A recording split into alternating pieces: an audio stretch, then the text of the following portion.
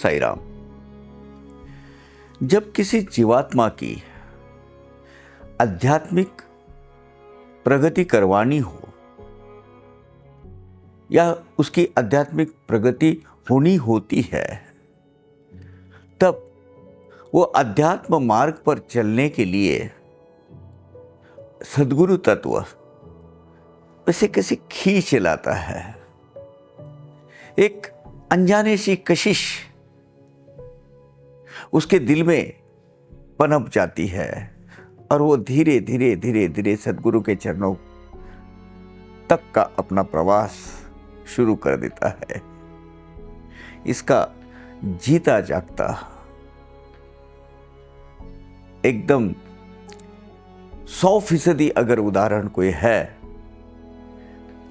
साईं बाबा के दरबार के इतिहास में, तो वो है सगुन मेरो नाइक। निष्काम, निर्मोही, जीवन के प्रति किसी भी तरह की अपेक्षा न रखने वाला ये सगुन एक अजीब रसायन है। ये अजीब व्यक्तित्व है। ये एक मामूली सा चरवाहा, भैंस भेड़ बकरियां चराने वाला और एक सामान्य हस्ती, उसकी धीरे धीरे धीरे धीरे बाबा के चरणों तक का जो प्रवास हुआ है, उसका हम ब्यौरा हम अभी प्रस्तुत करने जा रहे हैं। नॉर्मल एक खेती करने वाला, छोटी मोटी खेती होगी, खेती करने वाले किसान के घर में ये सगुन मेरो नाइक पैदा हुए, बड़े हुए। इनका मूल गांव जहां के वो रहने वाले हैं, वो गोवा से आगे बोरी की तरफ जाते हैं ना, वो बोरी गांव, मारमा गोवा जिसको बोलते हैं, मारमा गोवा के नज़दीक बोरी गांव। और मेरा सौभाग्य है कि मैं वहाँ वो गांव में जाकर आया। बहुत बड़ा एक साईं का मंदिर, साईं बाबा का मंदिर वहाँ है और इस भक्त की स्मृति के उपलक्ष्य में वहाँ एक तस्वीर लगी हुई है। कोई असामान्य हस्ती वगैरह ऐसा कुछ भी नहीं है इस सगुन मेरो नाइक के जीवन में, लेकिन पूर्व संचित, पूर्व सुकृत, पूर्व जन्म के कुछ गत जन्म के पुण्य के बल पर इन्होंने अपना आध्यात्मिक प्रवास साईं बाबा के चरणों तक कैसा किया, वो हम अभी जानने वाले हैं।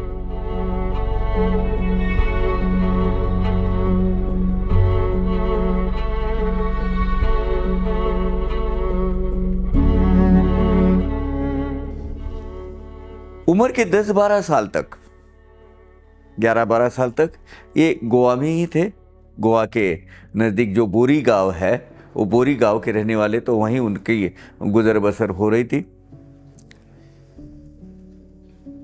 वहाँ एक दिन एक जिसको बोलते हैं ड्रामेटिक चेंज, एक बदलाव जिसपे जीवन का मोड़ बदल जाता है, ऐसी एक घटना वहाँ हुई।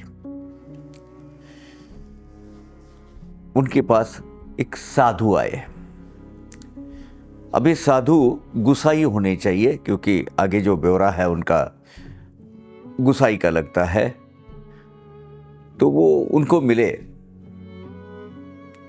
और एक साधु उनके नजदीक आए। उन्होंने कहा, बेटे मेरे पास आ जा। पहले तो वो घबरा गए सगुन जी, अब बच्चा ही 10-12 साल का, किस लिए बुला रहे, तो वो डर गए, बोले मैं नहीं आऊंगा। तो एक रहस्य भरी मुस्कान से साधु वहाँ बैठ गए। ये सगुन अपने घर गया और माँ को ये सब बताया कि ऐसे ऐसे साधु आए और वो मुझे बुला रहे हैं। मुझे डर लग रहा है। इनकी माता जी है, शगुन जी की माता जी, ये बहुत ही आध्यात्मिक धार्मिक प्रवृत्ति की माता थी। तो उन्होंने बोले चल मैं आती हूँ तेरे पास साथ। तो वो साथ में चले गए। चलने के बाद माता जी ने उनको बोला, वो मैंने खाने पीने के बारे में पूछा, कुछ उपहार या कुछ फल वगैरह पूछा उनको खाने के लिए। तब उन्होंने सीधा मांगा। अभी सीधा मांगने वाले जो साधु होते हैं वो आटा दाल चावल वगैरह ले लेते हैं, खुद पकाते हैं और खाते हैं। उनका वो जो एक सेक्ट है ये साधुओं का, उसमें उनको पका पकाया बना बनाया खाना लेने की इजाज़त नहीं है भिक्षा के तौर पर। तो सगुन मेरो नाइक जो है, सगुन जी नाइक के माता जी ने उनको दाल चावल जो भी है सीधा बोलते हैं उसको सीधा दे दिया और कुछ लकड़ियाँ दी जलाने के लिए। उन्होंने खाना बनाया, अपना खाना खा लिया और सगुन की तरफ देखकर बोले, तुम कब आ रहे हो? तुम कब आ रहे हो? एक इरस से भरा स्टेटमेंट उन्होंने किया। उसकी कोई मतलब प्रतिक्रिया सगुन ने नहीं दी। वो शांत बैठ गए, उन्होंने कोई जवाब नहीं दिया उसका। ये घटना हुई उनकी उम्र के 11-12 साल के। जब उनकी उम्र 11-12 साल की थी तब ये घटना घटित हुई। दिन भर अपना गाय भैंस मवेशियों को चराने के लिए लेके जाना, वापस आना। बाय द वे, यहाँ मेरी जीवनी और सगुन की जीवनी बहुत मेल खाती है, क्योंकि जीवन की मेरी शुरुआत वो भी ऐसी ही थी। मैं भी एक चरवाहा था, एक शेफर्ड इंग्लिश में जिसे कहते हैं, और सगुन जी भी थे। खैर, इस घटना के बाद धीरे धीरे मानसिकता बदलने लगी सगुन जी की, और उन्होंने एक दिन घर छोड़ दिया। बस इधर उधर भटकते रहे। ये भटकना किस लिए है ये भी वो क्लियर कट आइडेंटिफाई नहीं कर पाए। जैसे नरसिंह स्वामी जी का प्रवास और सगुन मीरू नाइक जी का प्रवास ऑलमोस्ट सेम है, लेकिन नरसिंह स्वामी जी को ये मालूम था कि वो किस लिए बाहर पड़े हैं, और सगुन जी को ये आइडेंटिफाई नहीं हो पा रहा था, ये तय नहीं कर पा रहे थे कि मैं क्या कर रहा हूं और कहां जा रहा हूं। उन्होंने बोरी छोड़ दिया और बेलगांव, पंढरपुर, ऐसे अलग गाणगापुर, ऐसे अलग अलग जगह घूमते रहे। उन्होंने इस जगह पर वहां रह लिया, कुछ दिन उन बिताए। उसके बाद नरसोबावाड़ी में गए वो। अब जितने भी स्थान है वो स्थान कौन से हैं? दत्त परंपरा के हैं, नाथ परंपरा के हैं।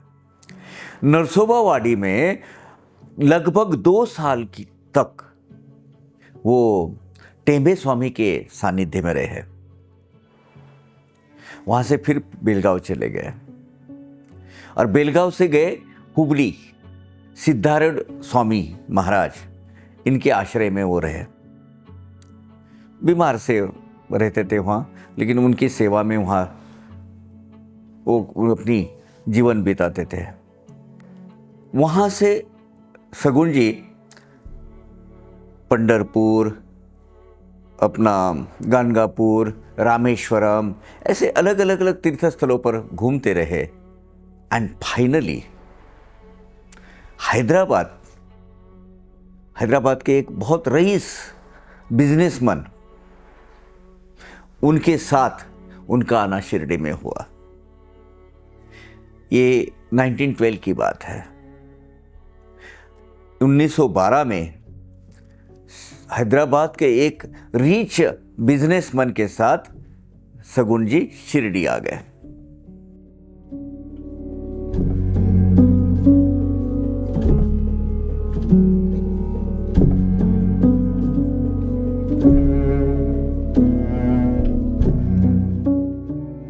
जैसे वो शिरडी पहुंचे और द्वारका माई में दर्शन को गए, उनको शगुन जी को देखते ही बाबा बोल उठे, मोटे दरबार का आदमी आया है, बड़े दरबार से आया हुए है। तो ये जो टिप्पणी बाबा ने की, उसका संदर्भ सिद्धारूढ़ स्वामी महाराज जो हुबली में है, जहाँ वो बहुत अरसे तक शगुन जी रहे, उससे हो सकता है, उससे रिलेट लगता है। खैर वो वहाँ आने के बाद उनको अच्छा लगा। वहाँ एक कंफर्ट जोन कहते हैं ना, मानसिक शांतता, मानसिक रूप से शांतता वहाँ उन्हें मिलने लगी, शांति मिलने लगी। और वो लंबे अरसे तक बाबा के इर्द गिर्द, बाबा के चरणों में वहाँ पड़े रहे। जो भी छोटा मोटा काम है, काम करते रहते थे, खाना कहीं मिल जाता था। और लगभग 4-5 महीने वो वहाँ रहे।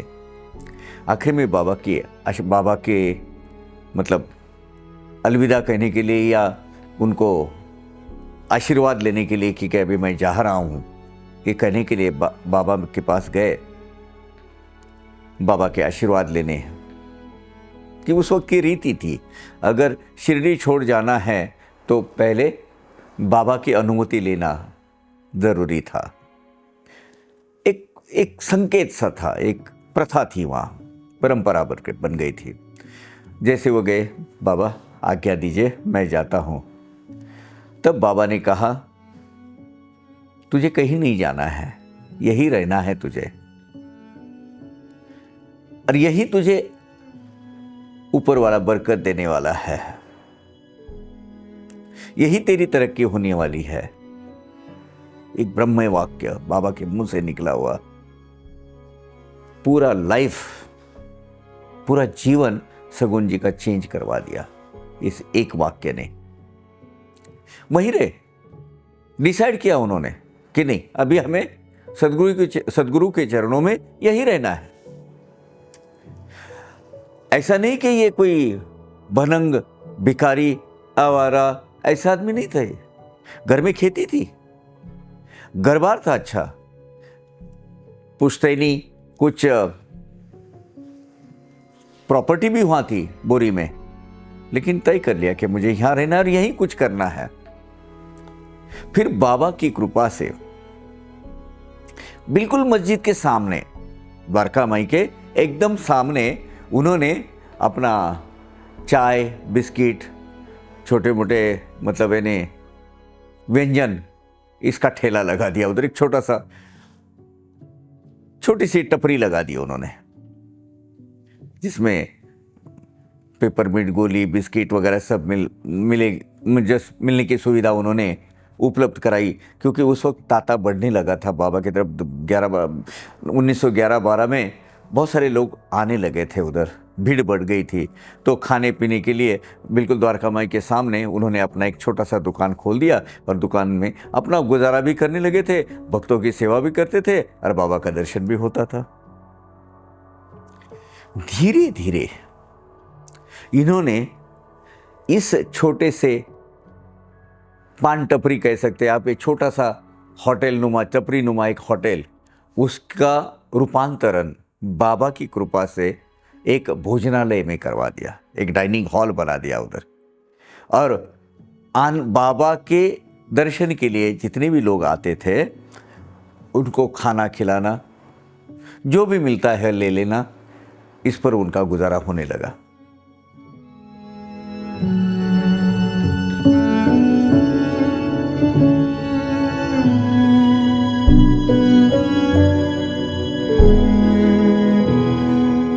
उस वक्त हालांकि शगुन मेरू जी नाइक जो है, शगुन जी शिरडी में बाहर से जो आने वाले लोग हैं, सबसे ज़्यादा अरसे तक, सबसे लंबे अरसे तक यही रहे, ऐसा मेरा अनुमान है। क्योंकि जब शिरडी में वो आए तब वो 23 साल की उम्र थी उनकी, यानी 11-12वें साल की उम्र में वो घर में से निकल गए। 11-12 साल इधर उधर घूमते रहे और उम्र के 23वें वर्ष में शिरडी में आ गए। और शिरडी में वो 1967 तक थे, लगभग उम्र के 85 इयर्स तक। इस दौरान बाबा की कई अनुभूतियां, कई लीलाएं कि ये गवाह है, साक्षी है।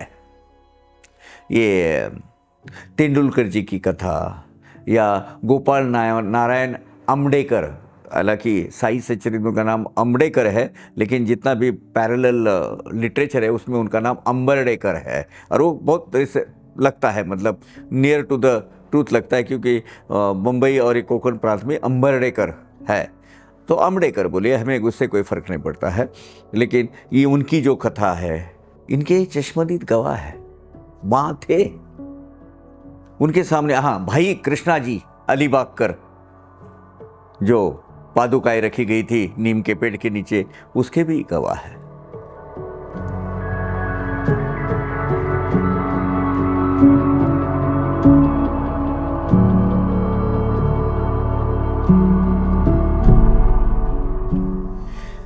हुआ ये, बाबा के प्रति इनके जो लगन बढ़ने लगी, इनका जो झुकाव होने लगा, इसका मूल कारण ये था, जिस शख्स के साथ ये आए थे, जिस हस्ती के साथ ये आए थे, वो हैदराबाद से, उनकी एक लड़की थी छोटी, और उसको सेरेब्रल पाल्सी नाम का, जो कपकपी होती है हाथ में, उनका कुछ मतलब स्थिरता नहीं रहती है, ऐसी एक सेरेब्रल पाल्सी की बीमारी से ग्रस्त एक लड़की थी, और वो खड़े नहीं हो पाती थी। वो रेंगते हुए जमीन पर हाथ से वो चल सकती थी, क्योंकि पैर में कोई ताकत ही नहीं थी उसकी, ऐसी कोई जान ही नहीं थी कि जिससे वो अपने पैरों पे खड़ी रहे। उसको साथ में लाई थी बाबा के आशीर्वाद के लिए, और 7 दिन वो ऐसी रेंगते रेंगते रोज उसमें दिन ब दिन तरक्की होने लगी, बड़ी फ्रेश दिखने लगी। धीरे धीरे वो खड़ी हो गई, तीसरे चौथे दिन खड़ी होकर बाबा के पास आने लगी। सब लोग देखने लगे, मतलब ये आश्चर्य, ये क्या है, ये बाबा की लीला है ये। और 7वें दिन वो लड़की नॉर्मल अवस्था में जैसे कि वैसी वहां खड़ी, वहां दिखी, चलने फिरने लगी। वो जो उनके जो पिताजी, जो परिवार वहाँ उनको लेकर आए थे, एक अजूबा था उनके लिए और सबके लिए, कि जो लड़की चल ही नहीं पाती थी, घुटनों के ऊपर और हाथ के ऊपर ऐसे रेंगते चली जाती थी, वो चलने लगी 7वें दिन में। बस बाबा के उदी का प्रभाव, बाबा के आशीर्वाद, बाबा का आशीर्वाद और बाबा के चरणों में उनका सहवास, ये इतना रंग लाया। इसकी वजह से सगुन मेरू नाइक को ये खातरी हो गई उनकी कि नहीं, यही है, यही वो सदगुरु तत्व है जिसकी मुझे तलाश थी, और उन्होंने अपना कायम मकाम वहां बना दिया।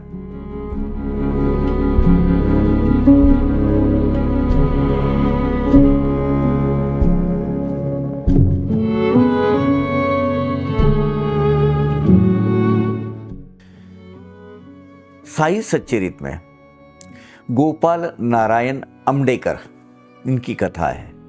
ये कोई जवार वाड़ा मुखड़ा, वहाँ एक गवर्नमेंट एक्साइज डिपार्टमेंट में कोई सुपरिटेंडेंट थे, बाद में वो पूना में रहने लगे थे।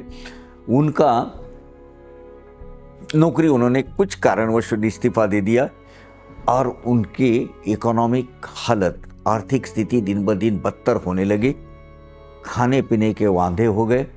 हालांकि साल में एक बार वो बराबर शिरडी आते थे, बाबा के दर्शन लेते थे, लेकिन एक दिन अपने परिवार के साथ वो शिरडी आए, और उन्होंने दिल में ठान लिया कि अभी मुझे जीना नहीं है, मुझे खुदकुशी करनी है।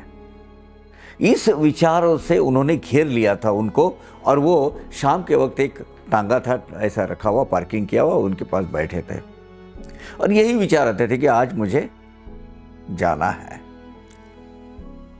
बाबा ने ऐसी कुछ लीला रचाई वहां कि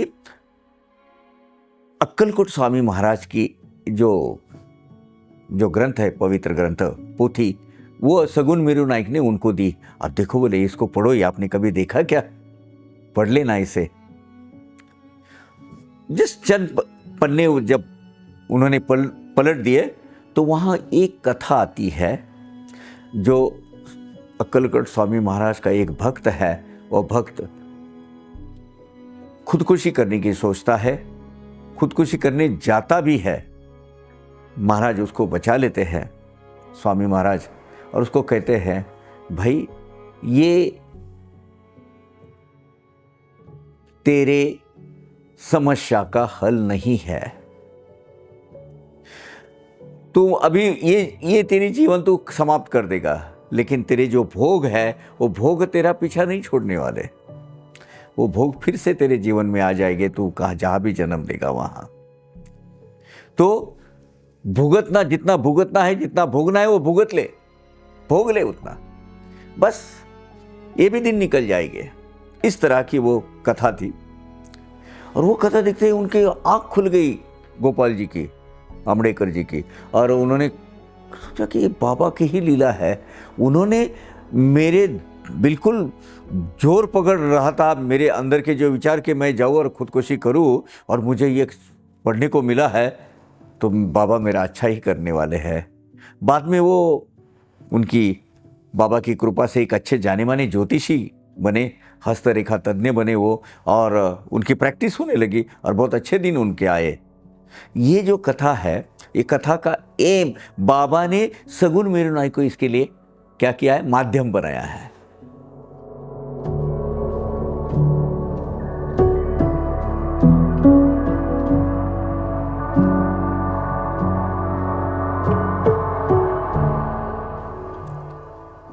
रामचंद्र, मेरे ख्याल से रामचंद्र वासुदेव घैसास पकड़ लेते हैं। ऐसी एक कथा,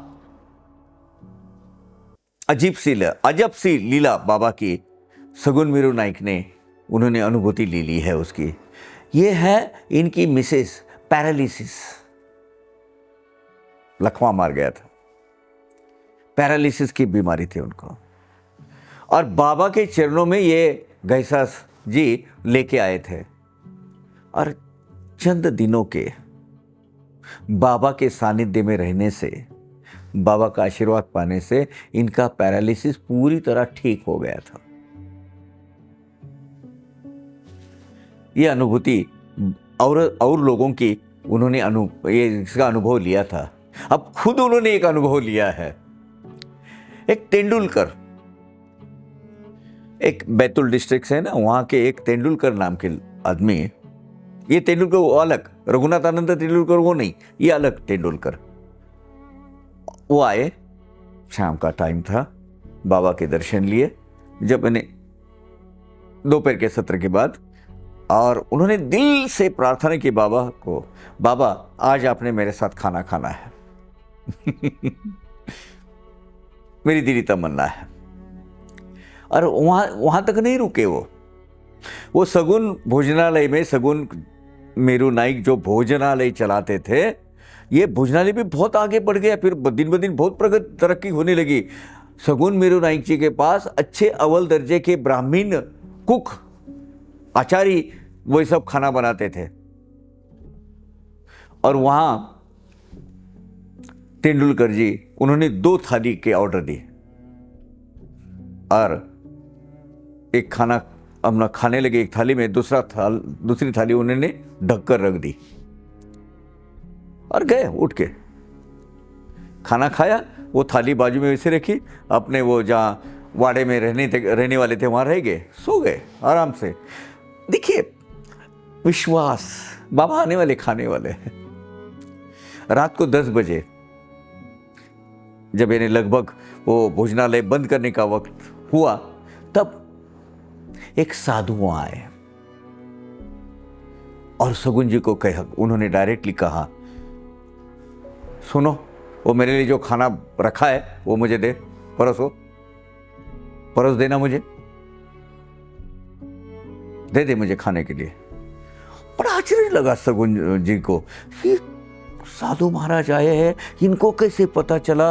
वो तेंदुलकर जी ने 2 थाली बोली है, 1 थाली ढक के रखने को बोला है और वो चले गए खाना खा के।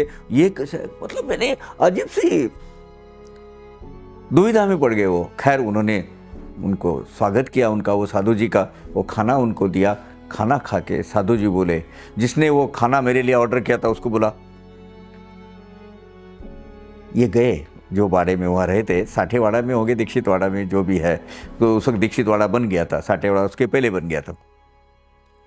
वहाँ वो तेंदुलकर जी को उठाने के लिए गए, तो वो गहरी नींद में आराम से सोए हुए थे। तो इन्होंने उचित नहीं समझा उनको उठाने का और वापस आ गए। बोले वो सोए हुए हैं। बोले ठीक है, कोई बात नहीं, ऐसी ही सेवा करते रहना। भूखे पेट कोई आया तो उसको खिलाना। मैं नाथपंथी साधु हूं। और भरपूर उनको आशीर्वाद दिया और वो चले गए वहां से। अब कौन आया था? किनको खाने के लिए बुलाया था तेंदुलकर जी ने? और उन्होंने क्या कहा? मैं नाथपंथी साधु हूं। बाबा का आइडेंटिफिकेशन यहां होता है। नाथ परंपरा का प्रभाव, नाथ परंपरा से बाबा जुड़े हुए थे, यहां सिद्ध हो जाता है। दूसरे दिन सवेरे ये सब बात मतलब इधर उधर नहीं कहा। ऐसे एक साधु आए थे, सगुन जी सबको बोलने लगे, क्योंकि चूंकि इनके सामने मस्जिद माई के सामने, द्वारका माई के सामने ही उनका वो खानावल थी। वो जो खानावल बोलते हैं उसको,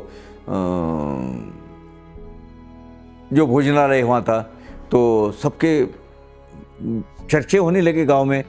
श्यामा को भी पता चला। श्यामा ने बाबा के पास गए और बोले, देवा तू रात्रि जेवायला गेलता का रे तिथे? यानी आप वहाँ खाना खाने गए थे क्या?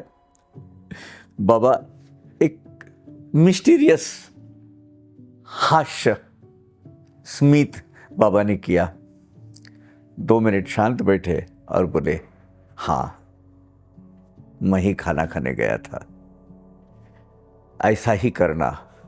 कोई अगर खाना खाने के लिए अगर कोई है, उसको खाना मांगता है तो खाना देना। अगर आपके पास नहीं है तो एक गुड़ की एक टिल्ली तो उसको ज़रूर देना, डल्ली, गुड़ की एक छोटी सी डल्ली, और पानी पीने को ज़रूर देना। यह धर्म होना चाहिए गृहस्थाश्रमियों का। क्या बात है।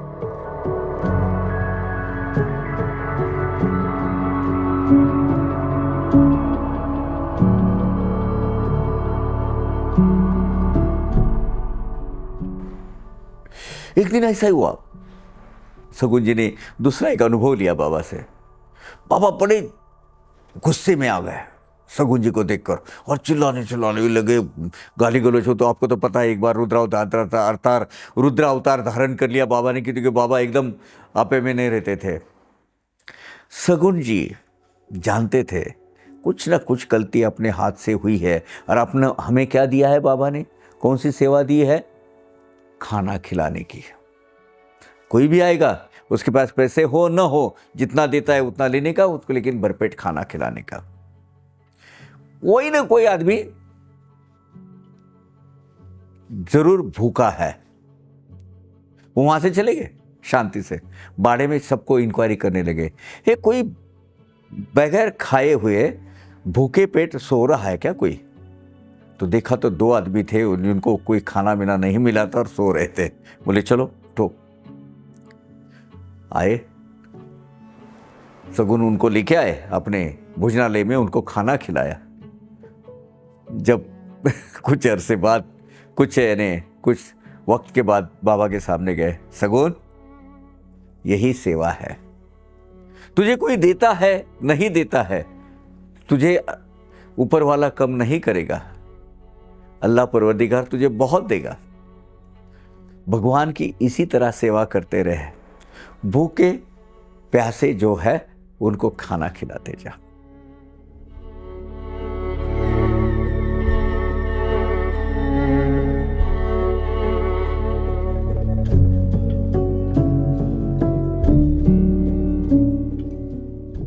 और एक अहम उल्लेख जो है अक्कलकोट स्वामी महाराज के पादुका के बारे में। बाबा के एक भक्त थे, भाई कृष्णा जी अलीबागकर। बाबा के भक्त बाद में बने, पहले ये बाबा अक्कलकोट स्वामी महाराज के भक्त थे। और बंबई से ये अपने गांव से इधर जाने लगे, अपने अक्कलकोट जाने के लिए जब निकलने वाले थे दूसरे दिन, उसके पहले उनको सपना आया और सपने में स्वामी जी खुद आके बोले, वटवृक्ष स्वामी महाराज, जिनको अक्कलकोट स्वामी महाराज के नाम से जाना जाता है, उन्होंने कहा अभी मेरा स्थान शिरडी में है, तो शिरडी में चले जा। तो वहाँ गए, 10 दिन तक वहाँ रहे। भाई अलीबागकर कहते हैं, साई सचरित में इसका स्पष्ट रूप से उल्लेख आया है। जब वो वहाँ गए तो इस स्मृति ये रखने के उपलक्ष्य में उनको लगा कि यहाँ कुछ न कुछ ये मेरे स्वामी जी का ही स्थान है। बाबा जो है, लोग बहुत सारी तरह तरह की कंट्रोवर्सी करते हैं कि बाबा मुसलमान है, मुस्लिम है, ऐसा कुछ नहीं, ये तो साक्षात अक्कलकोट स्वामी महाराज है। और मुझे सपने में आके ये उन्होंने खुद स्वामी महाराज ने कहा है, तो इसके उपलक्ष्य में यहाँ कुछ न कुछ तो स्मृति स्थल होना चाहिए। उन्होंने अपनी ये बात, चूंकि ये कंपाउंडर थे, अपने डॉक्टर को बताई। डॉक्टर रामराव कोठारे बम्बई के जाने माने प्रैक्टिशनर थे। उन्होंने एक पादुका बनवाई, पादुका का जोड़ा बनवाया, और इस उपलक्ष्य में हम वहाँ जाएंगे और वहाँ इंस्टॉलेशन करेंगे, उसका स्थापना करेंगे। तो खंडोबा मंदिर से वो उसका जुलूस निकला, वो जो परिक्रमा निकली, गांव परिक्रमा, और बड़े हंसते नाचते गाते हुए बजाते हुए, उसके साथ में बड़े जश्न के साथ वो नीम का पेड़ जो है, प्रख्यात प्रसिद्ध जो पेड़ है, वो पेड़ के नीचे उसका इंस्टॉलेशन बाबा की आज्ञा अनुसार करना तय हुआ। और उसकी देखभाल के लिए गोविंद कमलाकर दीक्षित नाम के एक उपाध्याय वो रखने लगे, उनकी पूजा अर्चा करते थे, और उनको नैवेद्य जो भी चढ़ाना होता था, चढ़ावा वगैरह, वो सगुन मीरा नाइक देते थे। उपासनी महाराज ने ये जो प्राण प्रतिष्ठापना बोलते हैं, ये पादुका की उपासनी महाराज ने खुद की थी। उपासनी महाराज और सगुन मीरा नाइक लगभग एक ही समय में वहाँ आए थे। पहले वो दीक्षित वाड़े में रहते, हाँ, दीक्षित वाड़ा में सगुन में अपने जो उपासनी महाराज रहते थे, और काका साहब दीक्षित के खर्चे पर, उनके अकाउंट पर सगुन मीरा नाइक उपासनी महाराज को खाना खिलाते थे। 5-6 महीने वो खाना खिलाया उन्होंने। एक दिन काका साहब दीक्षित का जो बाड़ा था, दीक्षित बाड़ा कहते, वो वहाँ, क्या नाम इनका, उपासनी महाराज वहाँ बैठे थे। ये जो काका साहब दीक्षित का वहाँ का काम देखने वाले माधवराव देशपांडे, उनके और महाजी ने अपने उपासनी महाराज के बीच में कुछ अनबन हो गई, कुछ कड़वी बातें हुई, हार्श वर्ड, कुछ एक हार्श वर्ड कुछ कहे गए एक दूसरे को। उपासनी महाराज को गुस्सा आ गया, वो वहाँ से निकले और फिर खंडोबा मंदिर में जाके रह गया वहाँ। तो ये जो उपासनी महाराज को सगुन मीरा नाइक अच्छी तरह जानते थे, और उनको जब भी जरूरत हो तो उनको खाना खिलाते थे। ये उपासनी महाराज ने वो पादुका का पूजन वगैरह किया था। और ये जो डॉक्टर कोठारे जो है, मुंबई से 2 रुपया भेजते थे महीने को, किसके लिए, उसको वो दिया सलाई वगैरह वो सब देखने के लिए। आगे चल के एक मार्तंड नाम के एक सरफिरे आदमी ने उसके ऊपर पत्थर डाले। उन्होंने और भी गांव की और जो मंदिर थे शिव भगवान वगैरह, उनकी भी बड़ी काफ़ी हानि उनको पहुंचाई, बड़ी क्षति की। फिर से वो पादुका बिठानी है या नहीं बिठानी है, इसके बारे में बाबा से आज्ञा लेने के लिए लोग गए। तब बाबा ने कहा अभी उसको वहाँ नहीं बिठाना है। ये जब पादुकाएँ अक्कलकोट स्वामी महाराज की पादुकाएं जब बैठी, मैंने तो वो उपक्रम चल रहा था, जब वो उत्सव चल रहा था, बाबा ने उसी वक्त अचानक उनके एक पारसी भक्त ने 25 रुपए की मनी ऑर्डर भेजी थी, तो अपना कंट्रीब्यूशन उन्होंने खुद दिया था।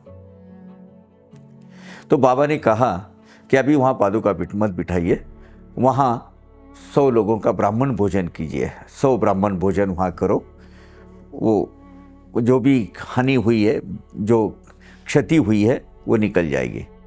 फिर 200 लोगों को कुछ खाना वगैरह खिलाया गया। अभी की जो हाल में जो पादुका बिठाई गई है, ये बाबा के देहांत के बाद बिठाई गई है। ये अक्कलकोट स्वामी महाराज की नहीं है, लेकिन वो उनके स्मृति के हिसाब से, अपनी गुरु की पादुका के हिसाब से संस्थान ने बिठाई है। वो जो पादुका 1912 में बैठी थी, जिसके गवाह खुद सगुन मेरू नाइक थे, और इस जो समारोह हुआ पादुका प्रतिष्ठापना का, उनके एक वो एक्टिव मेंबर थे वो टीम के।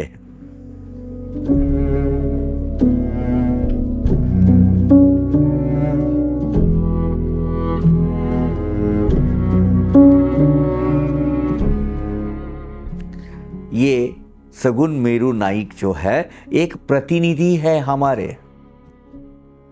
बाबा ने सगुन के जरिए हमको ये कहा है, कोई अगर आपके द्वार पर कोई याचक आता है खाना मांगने के लिए, उसको रिक्त हस्त से, खाली हाथ वापस नहीं भेजना है। एक दिन बाबा सगुन के सपने में गए और बोले, कल से मुझे चावल दिया कर दो, उबले हुए चावल के जो एक प्लेट भरकर चावल मुझे रोज लेके आया कर। तो रोज वो लेके आने लगे, बाबा को देते थे। उसके बाद उन्होंने बोला, इसमें घी डालते जा। फिर थोड़ा सा उन्होंने 2 चम्मच 4 घी डालते थे। जैसे वो प्रसाद आता था, मतलब थाली बाबा को अर्पण करने के लिए, पहले वो वैश्वानर को अर्पण करने के लिए और अग्नि नारायण को अर्पण करने के लिए 1-2 निवाले इसमें डालते थे। सामने जो धुनी लगी रहती थी अग्नि नारायण की, उसमें उसको स्वाहा करते थे। कुछ वो बाबा का जो पत्थर का जो कोलंबा बना हुआ था ना, उसमें बाबा के लिए रखते थे, और बाकी का जो भी है कुत्ते को खिलाते थे। हमेशा का ये रिवाज था, जब तक के वहां वो भोजनालय था, ये नित्य क्रम अनुसार कभी भी न भूले हुए सगुन जी की ये सेवा रहती थी। ये मस्जिद माई के अंदर वो तेल फिर से भरवाना, समई, लालटेन वगैरह लगाना, ये शांति से अपना काम करते थे। किसी तरह का कोई दिखावा नहीं, किसी तरह का कोई आडंबर नहीं, अपना काम करना है। वो हमेशा बाबा को एक भगवान स्वरूप समझते थे और उन्हीं के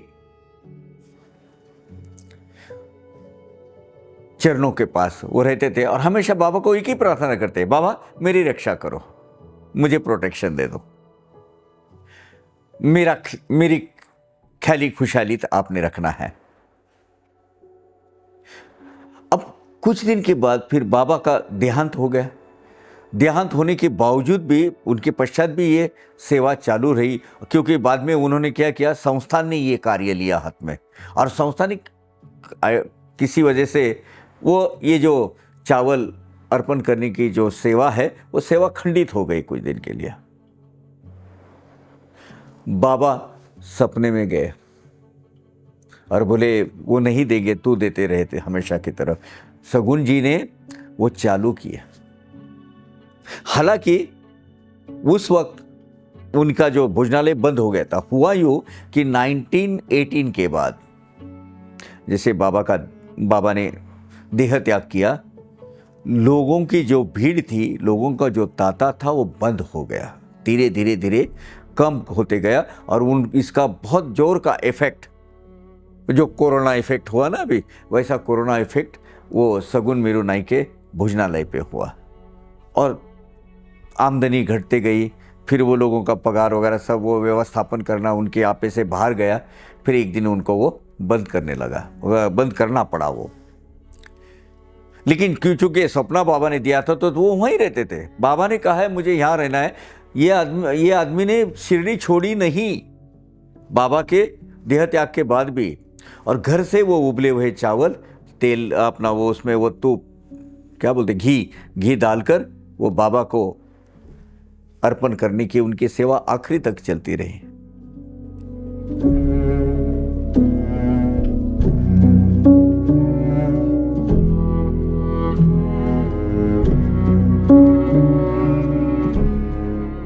सगुन मेरू नाइक जी इतने लंबे अरसे तक जहां शिरडी में उन्हें अपना जीवन बिताया, उन्होंने उस दरमियान उन्होंने बहुत सारी लीलाएं बाबा की अनुभूति उसकी ली है। और कुछ लीलाओं के चश्मदीद गवाह है, वो वहाँ साक्षी है। एक साल ऐसा आया कि शिरडी में पानी का बड़ा दुर्भिक्ष होने लगा। पानी जमीन के जितने भी 2-3 कुएं थे बावड़ी, उसका स्तर काफ़ी नीचे गया और पानी की उपलब्धि बहुत कम होने लगे। सो गांव के जितने लोग थे वो बाबा के पास गए और बाबा बोले बाबा कुछ करो, पानी की बहुत कमी है और सब जितने भी कुएं हैं ये है उसका स्तर जो है पानी का स्तर दिन ब दिन नीचे जा रहा है।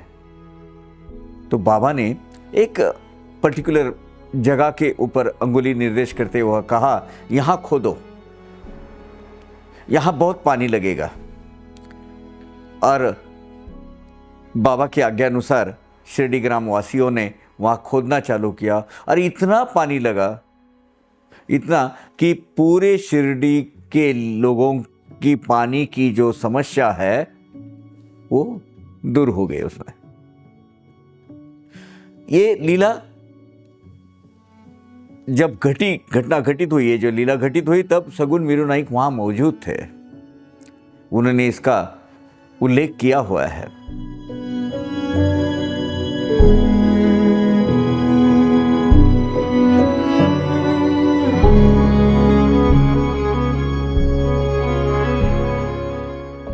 ऐसे ही है सगुन मेरू जी नाइक, एक निर्मोही निष्काम भक्त, सिर्फ बाबा की आज्ञा अनुसार यही मेरा पालनहार है और यही मेरा ख्याल रखने वाला है, यही मेरा सब कुछ है, ये मानकर पूरी जिंदगी, अपना पूरा जीवन 1967 तक वहां रहे। 1967 में परलोक सिधारे। क्या भक्ति है, सदगुरु की आज्ञा का पालन।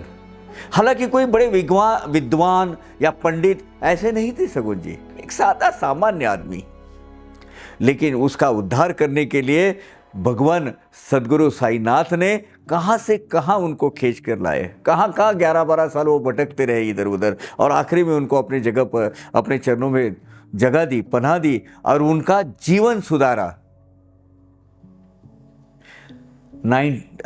अपने उम्र के 85 वर्ष तक वो वहाँ शिरडी में रहे। 1967 में इस महान भक्त ने इस दुनिया से प्रयाण किया, निकल गए। उनके स्मृति के लिए साक्षात प्रणाम, और बाबा से यही प्रार्थना है, भगवान ये इनका जैसे जीवन आपने संवारा, जीवन के अच्छे मूल्य, वैल्यूज, ह्यूमन वैल्यूज उनको जो सिखाए, भूखे को रोटी दे दे, प्यासे को पानी दे दे, नहीं है तो गुड़ की एक ढिली तो भी दे दे, कभी किसी को खाली हाथ मत भेज। ये जो चीज़ आपने उनको सिखाई, वही सेवा हमसे भी होने दो यथाशक्ति, और वो उतनी ताकत हमें दे दो प्रभु, यही प्रार्थना आपके चरणों में है। ऐसा ये इतना कहकर आज हम आपसे विदा लेते हैं। ओम साई राम।